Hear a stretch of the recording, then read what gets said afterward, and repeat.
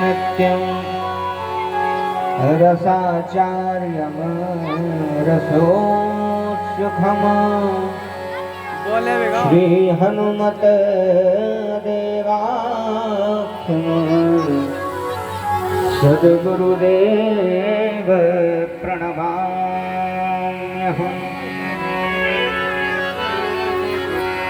मौसम दीन नदीन हित तुम समान रघुबीर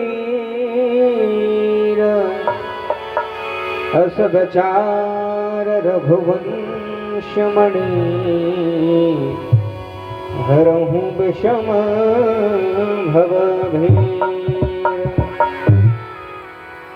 कर्पूर गौरम करुणावतारम संसार सारम भुजगेन्द्रहारम सदा वसंतम हृदयारविंदे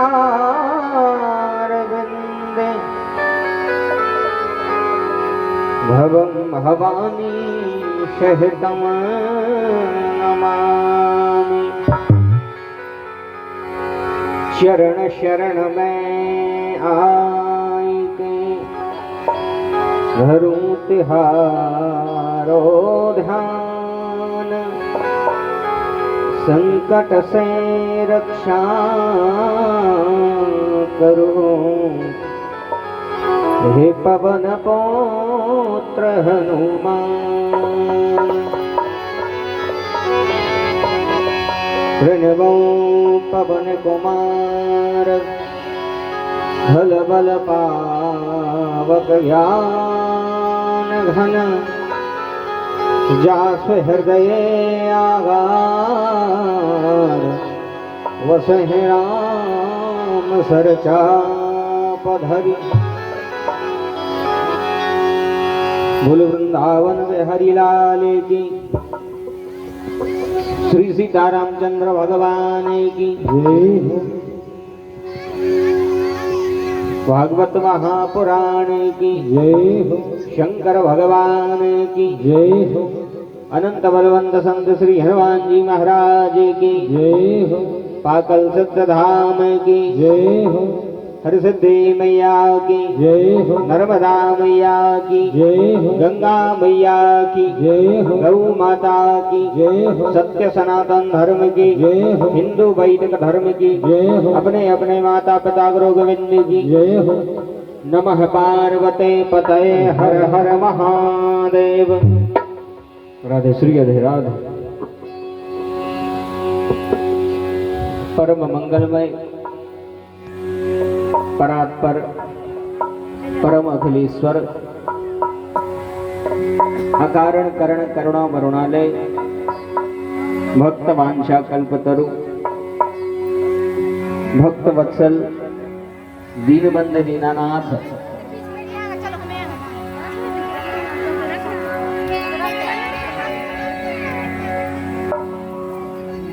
भगवान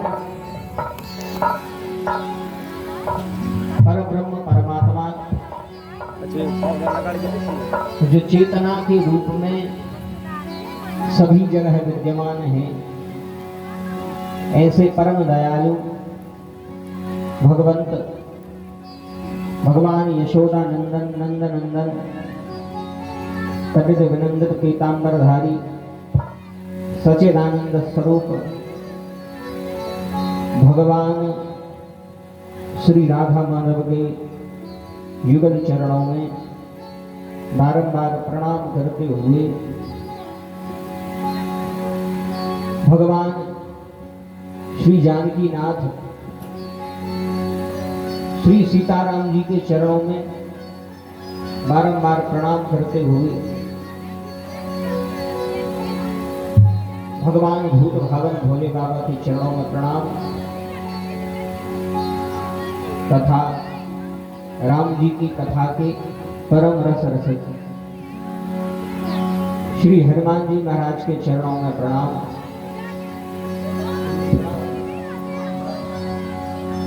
राधे श्री राधे। हनुमान जी महाराज के चरणों में प्रणाम करते हुए उनसे निवेदन है, प्रभु किसी न किसी रूप में पधारें, कथा को श्रवण करें, दास को कृतार्थ करें। हनुमान जी राम जी के परम सेवक हैं। देखो भैया, हम प्रतिदिन 5 मिनट 10 मिनट श्री हनुमान जी महाराज के चरित्रों का वर्णन कर देते हैं। हनुमान जी के चरित्रों से हमें और आपको शिक्षा लेनी चाहिए। बोले हनुमान जी के चरित्र जो हैं वह प्रेरणादायक हैं। अगर कुछ सीखना है तो श्री हनुमान जी महाराज से सीखो। बल अगर सीखना है तो हनुमान जी महाराज से सीखो कि बल का प्रयोग कब करना चाहिए, कहां करना चाहिए। और बुद्धि का प्रयोग सीखना है तो भी हनुमान जी महाराज से सीखो। तो बुद्धि का प्रयोग भी कब करना चाहिए, कहां करना चाहिए, कितना करना चाहिए। देखो, अक्सर देखा गया है कि जो बलवान होते हैं वे ज्यादा बुद्धिमान नहीं होते, और जिसमें ज्यादा बुद्धि है वो डेढ़ पसली है, बुद्धिमान नहीं है। जरूरी नहीं है अच्छो हट्टो खट्टो बुद्धिमान हो सकता बिल्कुल मूर्ख हो, और ये भी जरूरी नहीं है कि वो देखा दिखाओ तो ऐसा ही है, को पकड़ो तो वो भी ऐसा ही हो सकता है बुद्धिमान हो। और जिसमें दोनों चीजें आ जाएं, कि पहलवान भी हो बुद्धिमान भी हो, फिर समझ जाना कि वह भगवान का विशेष कृपा प्राप्त है, उस पर भगवान की विशेष कृपा है। क्योंकि बुद्धि और बल साथ में बहुत कम लोगों को मिलता है। धन्य है हनुमान जी। हनुमान जी में बुद्धि कितनी है, बल कितना है। बोले बल हनुमान जी में इतना है कि सूर्य को फल समझ के जब हनुमान जी खाने पहुंचे, जैसे ही खाने पहुंचे हनुमान जी, इंद्र ने देखा कि सूर्यदेव को निगल रहे हैं। इंद्र ने उसी समय अपना वज्र छोड़ा, और जैसे ही वज्र छोड़ा तो वज्र कहां लगा, बोले हनुमान जी की ठुड्डी में। इसलिए नाम हो गया हनुमान। हनुमान का अर्थ क्या है? एक अर्थ है हनुमान का कि जो अपने मान का सर्वथा हनन कर दे वही है हनुमान। जिसको अपना मान नहीं चाहिए, केवल भगवान का सम्मान चाहिए, वो है हनुमान। तो इंद्र ने जब वज्र हनुमान जी को मारा तो सब में बात फैल गई कि इंद्र ने हनुमान जी पर वज्र का प्रहार किया। लेकिन प्रहार किया तो क्या हुआ, बोले इंद्र के वज्र को चोट लग गई। हनुमान जी को चोट नहीं लगी, इंद्र के वज्र को हनुमान जी की ठुड्डी की चोट लग गई। तुलसीदास जी विनय पत्रिका में लिखते हैं कि जाकर चिबुक चोट चूरन की रदमद कुल से कठोर को। विनय पत्रिका में लिखते हैं कि जाकर चिबुक चोट चूरन की रुदमुद कुल से कठोर को, और जाकल बाल विनोद जान जी डरत दिवाकर भोर को। अभी भी सूर्य जब अस्त होते हैं, उदय होते हैं, तो ज्यादा देर तक लाल नहीं रहते। बोले क्यों? बोले सूर्य देवता को डर लगा था, सुनो हनुमान जी देख लेंगे फिर से गप पकड़ लेंगे। बोले हनुमान जी महाराज की इतना है हनुमान जी में बल, अतुलित बल धाम। और बुद्धि कितनी है? बोले बुद्धिमताम वरिष्ठम, बुद्धिमानों में श्रेष्ठ। तो ऐसे हनुमान जी महाराज के चरणों में प्रणाम तथा इस दिव्य भागवत कथा को प्रणाम करते हुए, जो कि भगवान की वांग्मय प्रति स्वरूपा है, इस दिव्य कथा को प्रणाम तथा हमारे समस्त आयोजक परिवार यजमान के रूप में यजमान बने मुख्य यजमान श्री गंगाराम पवार जी सपत्नीक तथा इनका समस्त परिवार,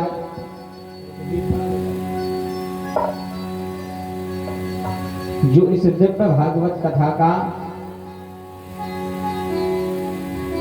अवगाहन करवा रहे हैं, समस्त भक्तों का, आप समस्त श्रद्धालु, ग्राम सापट के हमारा समस्त आयोजन परिवार, हमारे समस्त ब्राह्मण देवता, समस्त हमारे संगीतक बंधु, सभी भक्तों का, धर्म अनुरागी बंधुओं तथा भक्तिमती माताओं, सभी को एक भाव से सादर जय श्री राम। तुलसीदास जी कहते हैं श्री राम मय सब जग जानी, करहूं प्रणाम जोर जुग पानी। समस्त भक्तों को भगवत स्वरूप मानकर सभी का इस दिव्य कथा में बहुत बहुत अभिनंदन, बहुत बहुत वंदन। बड़े भाग्य हैं हम और आप सबके, यह दिव्य कथा हमें आपको सुलभ हो रही है। तो आइए कथा के पूर्व बड़े भाव से मनवाणी को पवित्र करने के लिए सर्वप्रथम भगवत नाम का संकीर्तन करें। इसके अनंतर हम और आप पावन कथा श्रवण करेंगे।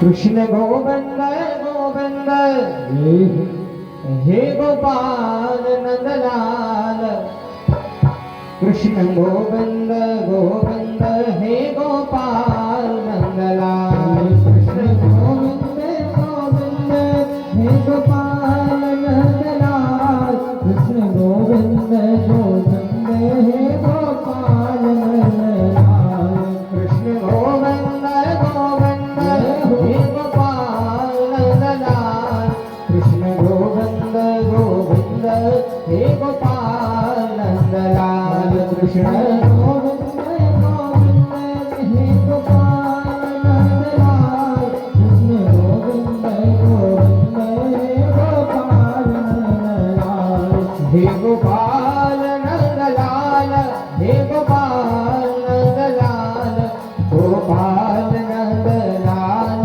हे गोपाल नंदलाल, हे गोपाल नंदलाल, हे गोपाल नंदलाल, हे गोपाल नंदलाल, हे गोपाल नंदलाल, कृष्ण गोविंद गोविंद हे गोपाल नंदलाल, कृष्ण गोविंद गोविंद हे गोपाल नंदलाल, कृष्ण गोविंद गोविंद हे गोपाल नंदलाल, कृष्ण गोविंद गोविंद हे गोपाल नंदलाल, हे गोपाल नंदलाल, हे गोपाल नंदलाल, गोपाल नंदलाल, हे गोपाल नंदलाल, हे गोपाल नंदलाल, हे गोपाल नंदलाल, हे गोपाल नंदलाल,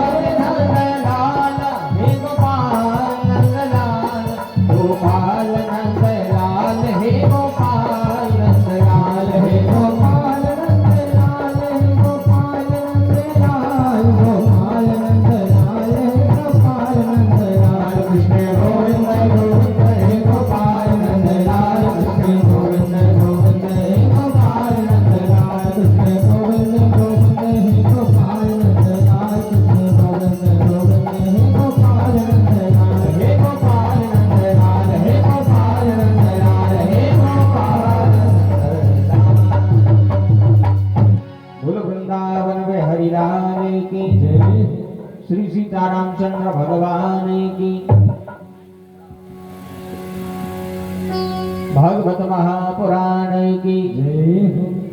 थोड़ी जोर से बोलो कि सब शनिवार पास नहीं है गाय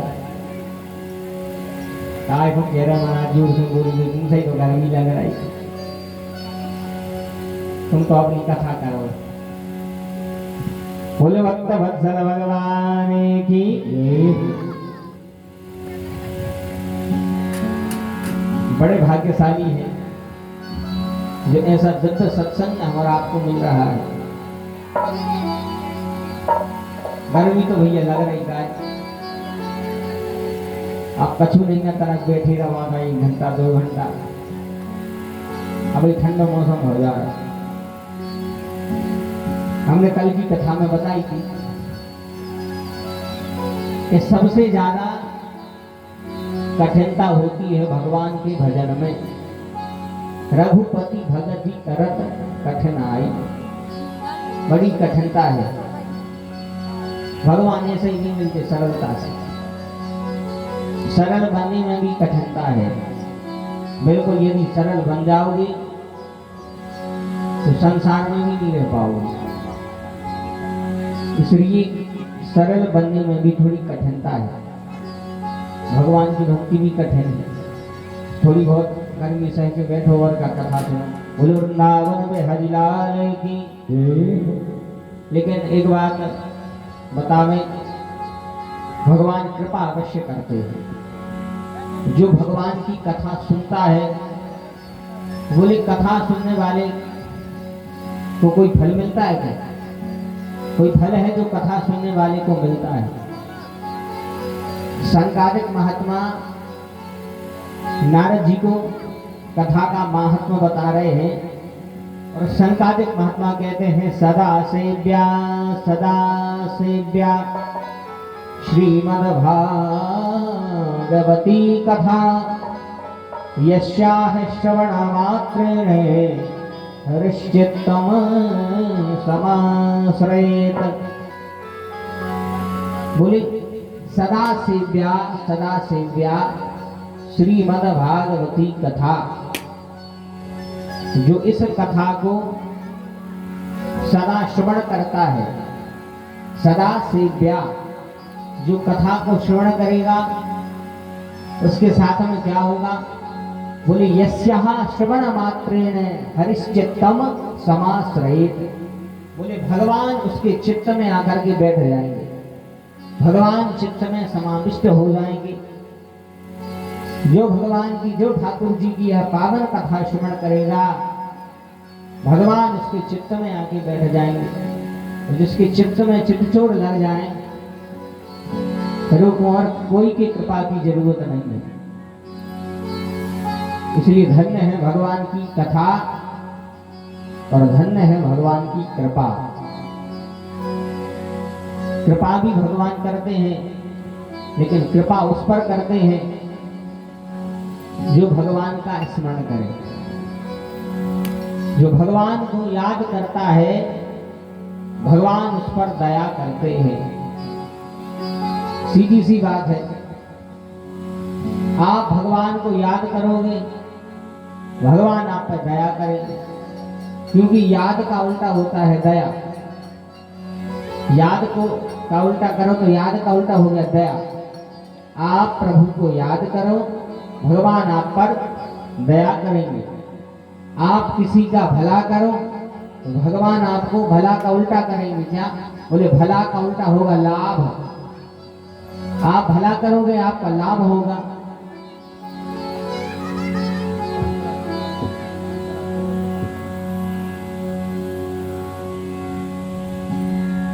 श्री अभिराम आप यदि किसी का भला करोगे तो भगवान लाभ करेंगे, भगवान फायदा करेंगे। क्योंकि यह संसार कर्मस्थली है। यहाँ जो जैसा करता है उसे वैसा फल मिलता है। परीक्षित सुखदेव जी से पूछ रहे हैं गुरुदेव ये बताओ कि जो जैसा करेगा उसका फल कहाँ मिलेगा? यहीं मिलेगा या कहीं और मिलेगा? तब श्री सुखदेव जी महाराज कहते हैं परीक्षित ध्यान से सुनो। बोले नरकह नाम भगवान किम देश विशेष। बोले जो जैसा कर्म करेगा उसका फल उसे अवश्य मिलता है। सीधा सा गणित है कि फल के बदले फल और छल के बदले छल। जो जैसा करेगा उसे वैसा फल मिलेगा। कहाँ मिलेगा? यदि पाप करोगे तो पाप का फल कहाँ? बोले पाप का फल मिलेगा पृथ्वी से 99,000 योजन नीचे पाताल लोक है। उस पाताल लोक में है नरक। और नरक में जो जैसा करेगा उसे वैसा फल मिलेगा। क्योंकि यह संसार है कर्मस्थली, और इस कर्मस्थली में आके हम जैसा कर्म करते हैं उसका फल हमें अवश्य भोगना पड़ता है। इसलिए मानस में गोस्वामी जी लिखते हैं, कहूँ नहीं को सुख दुख करता, कहूँ नहीं को सुख दुख करता, कहूँ नहीं को सुख दुख करता, कहूँ नहीं को सुख दुख करता। निज कृत कर्म भोग सब भ्राता, निज कृत कर्म भोग सब भ्राता, निज कृत कर्म भोग सब भ्राता, निज कृत कर्म भोग सब भ्राता। कहूँ नहीं को सुख दुख करता, कहूँ नहीं को सुख दुख करता, दुख करता, दुख करता। बोले यहाँ कोई किसी के सुख दुख का कारण नहीं है। यहाँ कोई किसी के सुख दुख का कारण नहीं है। सब अपने कर्मों का फल पा रहे हैं। निज कृत कर्म भोग सब भ्राता। बड़े ध्यान से सुनना भैया। प्यास अगर लगी है तो आराम से अपनी जगह पे बैठ के पानी पी ले। तो जो पानी पी रहा है उसकी तरफ न देखो, नापन को भी लगे है। इसे आप तो आराम से बैठ के पानी पियो। बोलिए सीतारामचंद्र भगवान की। तो जो जैसा करता उसे फल मिलता है, जो करेगा उसी को मिलेगा। और चाहे इस जन्म में मिले चाहे अगले जन्म में मिले, लेकिन मिलता अवश्य है। जैसे अपने खेत में जौन से बीज की बोनी कर हो तो वही फसल काटने पर। यदि गेहूं की बोनी करी है तो चना तो होंगे नहीं, गेहूं ही होंगे क्या नहीं। यदि गेहूं बोए हैं तो चना नहीं मिलेगा।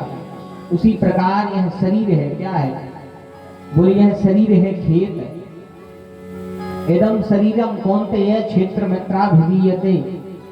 यह शरीर जो है खेत है, और इस शरीर रूपी खेत में किसान कौन है? बड़े ध्यान से सुनना। इस शरीर रूपी खेत में किसान है हमारा मन, किसान है हमारा आपका मन।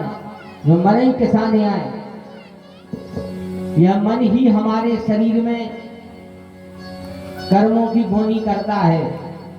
अब समस्या क्या है कि अगर सत्कर्म की बोनी करें तो सत्संग की फल काट में मिले, फसल काट में मिले। और यदि कुसंग की बोनी होगी तो फिर हम और आपको दुखों की फसल काटनी पड़ेगी। यही से भैया मन बड़ा खतरनाक है। कहते हैं मन एवं मनुष्याणाम कारणम बंध मोक्षयो। मन ही सब समस्याओं की जड़ है। मन बड़ा खतरनाक। ये तो भली अपन बैठी कथा में मन हो सका शरीर ही अकेले कथा में बैठे हो, मन का हम भटक रहा हो। मन बड़ा खतरनाक। भली अपन ऐसे बैठी मन चाहे ढाने के बाजार में घूम रहा। मन बड़ा खतरनाक है भैया। मन खेत ही में धरो का करने बखंडी करने दिखा नहीं पाए, कथा में और आ रहा है। इसलिए इस मन को संभालना बड़ा कठिन है। मन एक पल में तो योगी बन जाता है, एक पल में भोगी बन जाता है। ये कितनी बढ़िया बात है।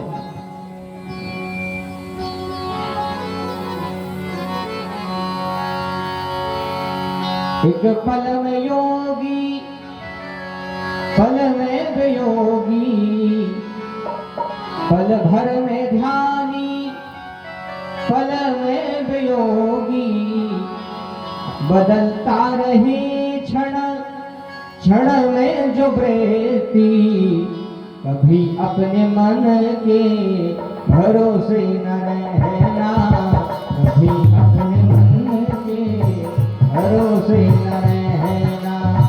ये तन कीमती है मगर है विनाशी, ये तन कीमती है मगर है विनाशी, कभी अगले क्षण के भरोसे न रहना, कभी अगले क्षण के भरोसे न रहना।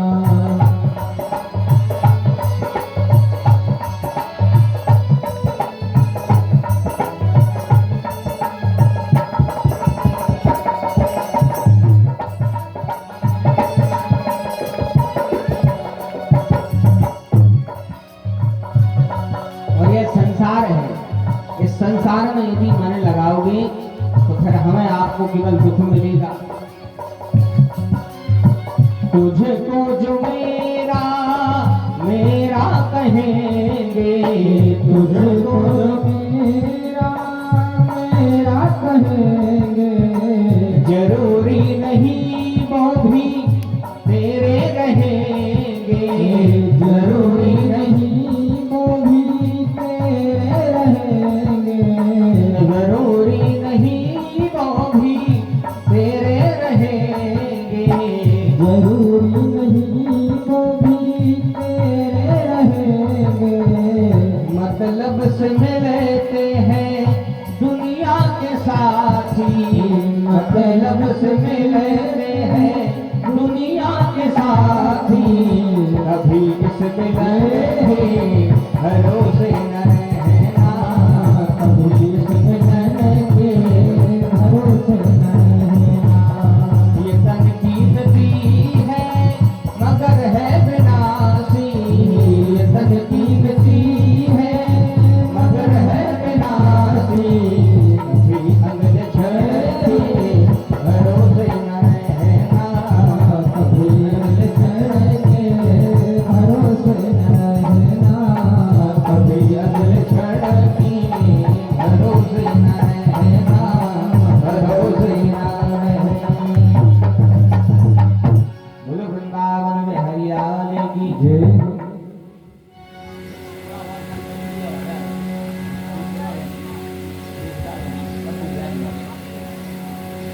श्री हरे राधे राधे राधे राधे। बोलो सीता रामचंद्र भगवान की जय। इसलिए मन के भरोसे मत रहना, मन बड़ा खतरनाक है। जैसे क्यों कि भैया कथा सुन के चलो, अरे कहीं हम नहीं जा रहे, कहा हम मन भाइयों भाइयों में लड़ाई हो गई, तीसरो आदमी पहुंचो घरे, कह रहा भैया कछु नहीं है, भैया कहा था तुमको बोला लगा, अरे ये भैया नहीं वे तो हमारे दुश्मन ही आए, हम तो न बोले उनसे जीवन भर।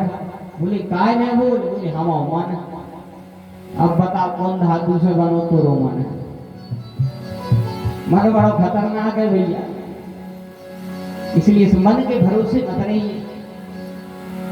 भगवान को अगर कुछ देना है, भगवान केवल मन लेंगे और भगवान को कुछ नहीं चाहिए तुमसे। ना भगवान को संपत्ति चाहिए, ना भगवान को धन चाहिए, भगवान को केवल मन चाहिए। ऐसा मन, निर्मल मन जन सो मोहि पावा, केवल निर्मल मन। तो इस काया रूपी खेत में मन रूपी किसान जैसे कर्मों की बोनी करेगा, आगे चल के हमें वही फसल काटनी पड़ेगी। इसका फल कहाँ मिलेगा पापों का? बोले पापों का फल मिलेगा नरक में। तो 28 प्रकार की नरकें हैं भैया, 28 प्रकार की नरकें। जैसे एक नरक का नाम है तामिश्र। बोले तामिश्र नरक में क्या होता है? तो भागवत में लिखा है कि जो व्यक्ति दूसरों के धन की चोरी करता है वह तामिश्र नरक में जाता है। उसमें क्या होता है? बोले वो नरक में नाम है तामिश्र। तांबे को बिल्कुल लाल करके गरम करके जो व्यक्ति ने चोरी करी है वो मुंह के ऊपर लिटा दल जाता है। कैसा कष्ट होता होगा। जो दूसरों की चोरी करता है छिप करके वह तामिश्र में जाता है, गरम तांबे पर लिटाया जाता है। एक का नाम है अंध तामिश्र, जो दूसरों को धोखा देता है, धोखाधड़ी करता है, जो दूसरों के साथ में छल करता है वह जाता है अंध तामिश्र में। एक नरक का नाम है रौरव। बोले रौरव में कौन जाता है? बोले जो व्यक्ति अतिथि का अपमान करता है, जो ब्राह्मणों का अपमान करता है, ऐसा व्यक्ति जाता है रौरव में। एक नरक का नाम है कुंभीपाक।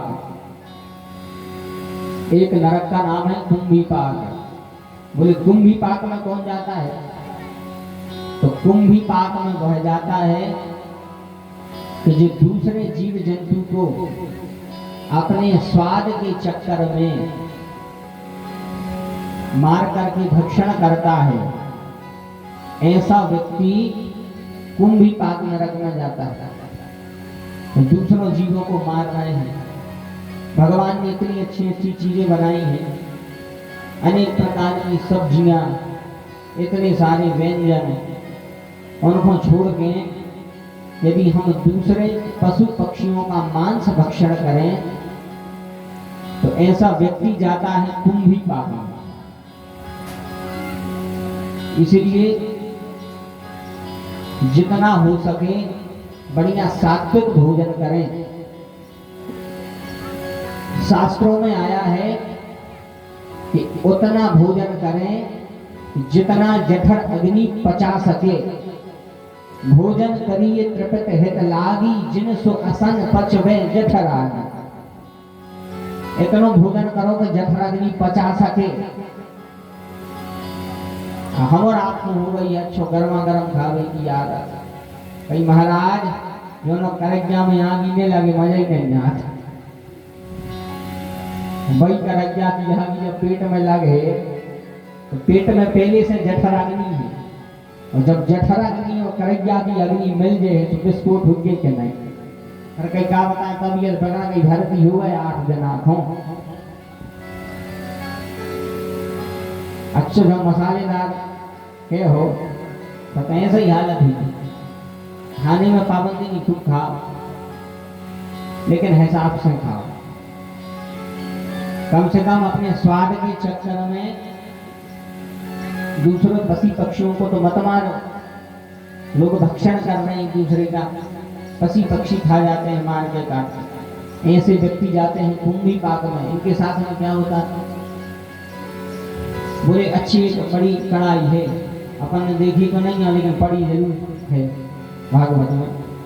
अच्छी एक बड़ी कढ़ाई है, उस बड़ी कढ़ाई में खोलता हुआ तेल बिल्कुल उबल रहा है, तेल खोल रहा है और उस व्यक्ति को डाल दिया जाता है जो दूसरे पशु पक्षियों के मांस का भक्षण करता है। जैसे ही उनमें डालो तो सोचो जब गर्म तेल में थोड़ी सी उंगली चली जाए तो कितनी पीड़ा होती।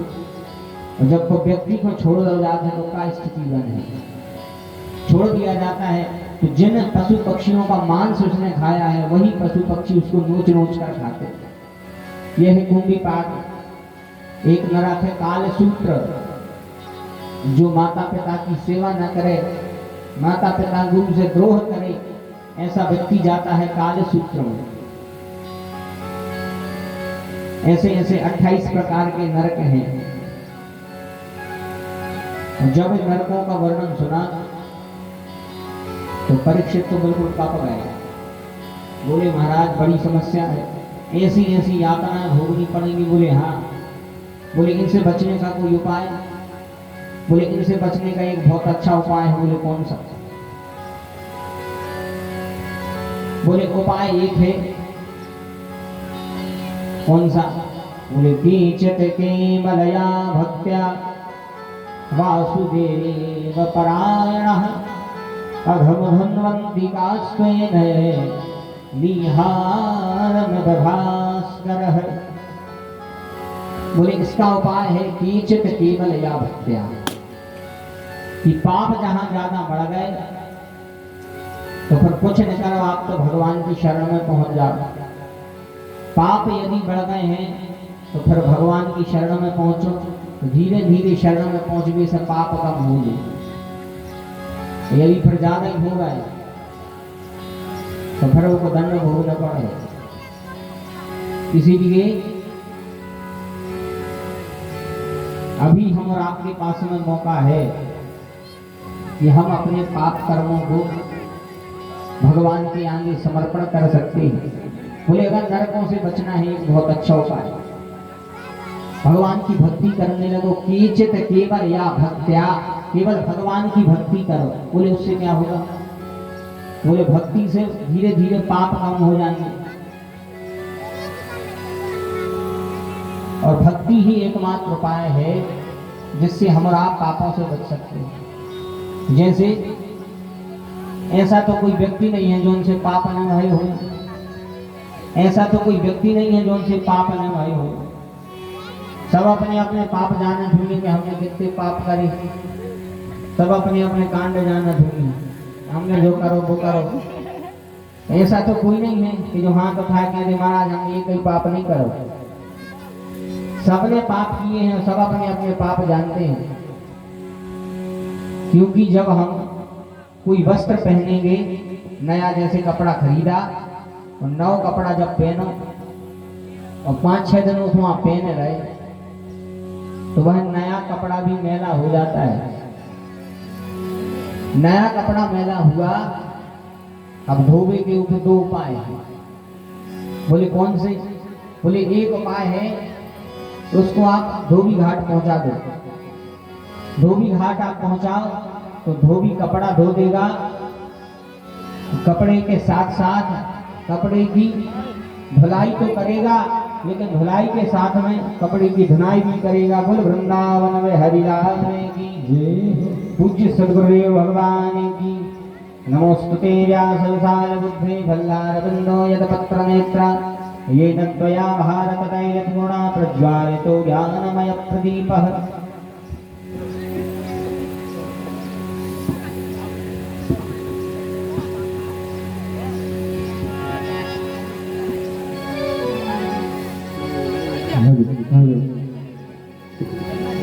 किस तरह से नमन, किस तरह से नमन मैं करूँ आपका, किस तरह से नमन मैं करूँ आपका। स्वागतम स्वागतम स्वागतम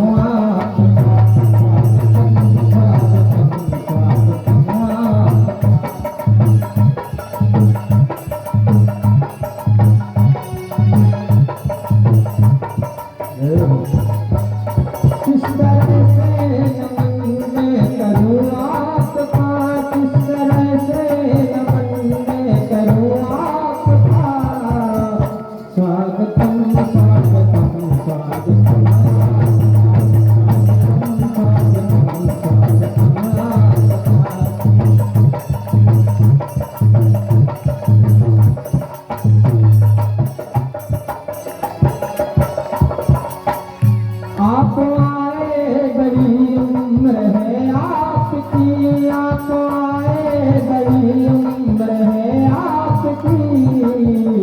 बस अभी लिया है नाम आपका, बस अभी लिया हमने नाम आपका। स्वागतम स्वागतम स्वागतम आपका, स्वागतम स्वागतम स्वागतम आपका। गुरुदेव भगवान की जय ध्यानमूलं गुरुर्मूर्त पूजामूलं गुरुर्पदं मंत्रमूलं गुरुर्वाक्यं मोक्षमूलं गुरुर्कृपा। बोली वृंदावन में हरिलाल की जय हो श्री सीतारामचंद्र भगवान की जय हो।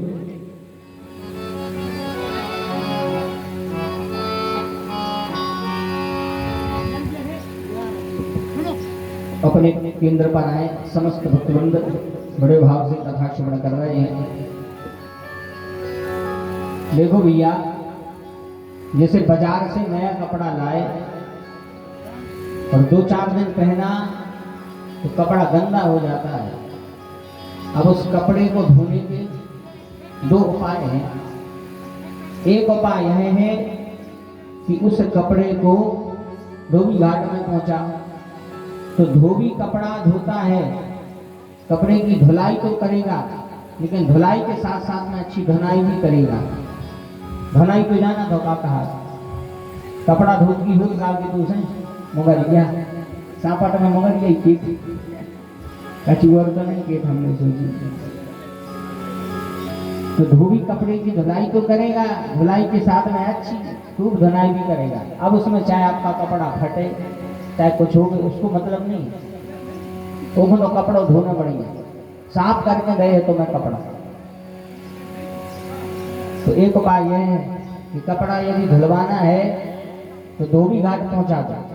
और दूसरा उपाय भी है, कौन सा बोले, जो बिल्कुल सरल उपाय। यदि कपड़ा गंदा हो गया तो बड़ी अच्छी घर की साबुन ले, आराम आराम से वो कपड़ा आप धो ले, धीरे धीरे धीरे धीरे करके सारा मैल निकल जाएगा। एक उपाय यह है।